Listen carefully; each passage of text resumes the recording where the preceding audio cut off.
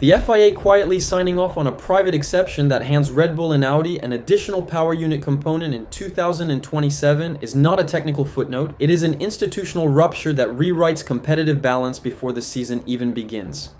While every other team is forced into an unprecedented regime of scarcity with only 3 internal combustion engines and 2 hybrid recovery systems for the entire year, Red Bull and Audi are granted an extra unit beyond those already reduced limits, effectively racing with 4 engines and 3 energy systems while the rest of the grid is rationed into mechanical survival mode. This is not a marginal edge, it is a structural distortion that decides championships in advance because in the second half of the season, reliability becomes performance, grid penalties become destiny, and 1 extra engine can convert a fragile title fight into a controlled demolition. The deeper rot, however, was already festering long before this exception was signed, buried inside the compression loophole that Red Bull and Mercedes appear to have weaponized with surgical precision. While the regulations impose a nominal 16:1 compression limit, multiple paddock sources now confirm operational ratios climbing toward 18:1 under real thermal load, unlocking anything between 13 and 40 horsepower depending on mapping and fuel behavior, an advantage worth 3 to 4 tenths per lap on a standard circuit, enough to invalidate an entire season's worth of aerodynamic development by rival teams. When the FIA finally convened its technical summit on the 22nd of January, the exercise bordered on theater. Red Bull and Mercedes disclosed nothing of substance, Ferrari, Audi, and Honda left openly furious, and the governing body admitted, off record, that it has no viable method to measure compression dynamically while the engine is operating at race temperature. Worse still, the regulation itself grants manufacturers the authority to define their own measurement procedure, meaning the very entities suspected of exploiting the loophole also control the ruler used to judge compliance. Audi committed the single most catastrophic strategic error imaginable barely 24 hours before what was supposed to be a perfectly controlled, sanitized 2026 unveiling, and in doing so, detonated the one asset no new works project can afford to lose in its first season. Surprise! What should have been a sterile branding exercise in Berlin, carefully limited to paint schemes and identity videos, turned into an uncontrolled intelligence leak that handed the entire grid a free reconnaissance mission weeks ahead of Barcelona. 2 fleeting moments in a live broadcast were enough to expose the real nose geometry. The one element Audi was desperate to hide until the first proper running, and in those seconds, the paddock learned exactly where the German project has placed its opening bet in the new aerodynamic order. And this is where the story turns poisonous, because the design they accidentally revealed is not merely unconventional, it is politically radioactive. The technical whispers circulating behind closed garage doors is that Audi interpreted the nose volume and stagnation pressure clauses with surgical aggressiveness, exploiting tolerances that most teams dismissed as decorative, and in doing so may have unlocked a pressure management solution that reshapes the entire front-end flow structure. This is the kind of concept that takes months to validate in CFD, weeks to manufacture, and entire development cycles to integrate into a coherent package. But in the same breath, it is also a self-inflicted execution. By exposing the nose before Barcelona, Audi did not just reveal a shape, they revealed the vector of their entire development philosophy. Rivals now know exactly where to aim their copying programs, which tunnels to reopen, which flow regimes to re-explore, and which regulatory clauses to stress test overnight. Audi were the first to roll a 2026 chassis onto the asphalt at Barcelona, Catalunya in early January, running the bare R26 with Nico Hülkenberg and Gabriel Bortoleto in an unbranded configuration that was meant to be invisible, a data harvest conducted in silence while competitors were still arguing with simulators.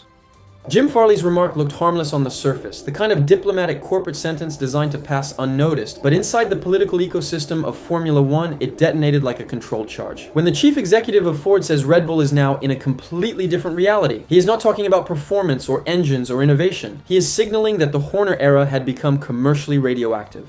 For more than a decade, Red Bull's competitive mythology was inseparable from controversy, and by the time Farley entered the picture, that mythology had turned into reputational poison. Ford understood this long before the public did. A billion-dollar hybrid power unit program cannot coexist with unresolved scandal, not when the entire business model depends on political access, regulatory trust, and global brand protection. Farley's discomfort was not aesthetic, it was existential.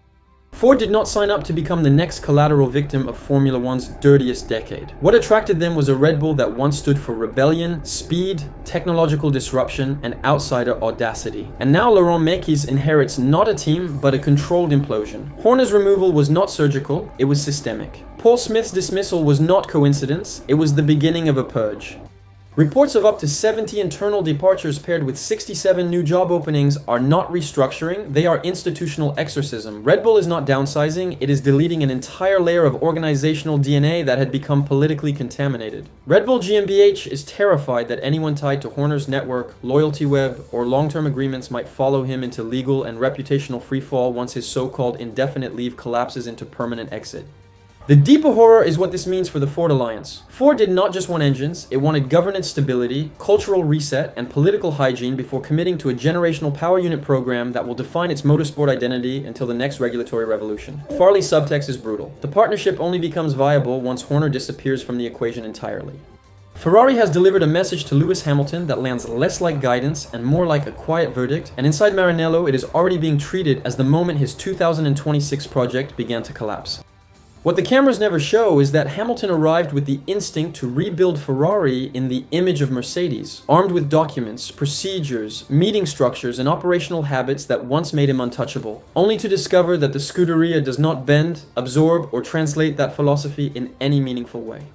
Internal sources say the culture shock in 2025 was not just sporting, it was existential, because Ferrari interpreted his constant technical pressure not as leadership, but as rejection of how the team actually functions. Ralf Schumacher's disclosures only sharpened what engineers in Maranello had already concluded in private. Hamilton is still searching for the Mercedes environment inside a team that has no intention of becoming it.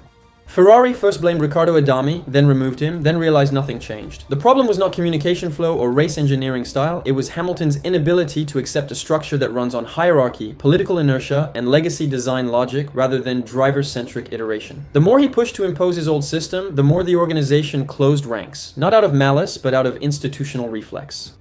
The most disturbing signal came indirectly through Mattia Binotto's remark about not even being able to protest what you cannot precisely identify. Applied to Hamilton, it becomes devastating. Ferrari cannot isolate whether his underperformance is mental, cultural, technical, or psychological because every attempt to fix one dimension exposes a deeper mismatch underneath. Ferrari's internal conclusion is now brutally simple. Hamilton is not failing because the car is wrong for him. He is failing because Ferrari itself is wrong for him, and the team is no longer convinced that time, upgrades, or authority will change that.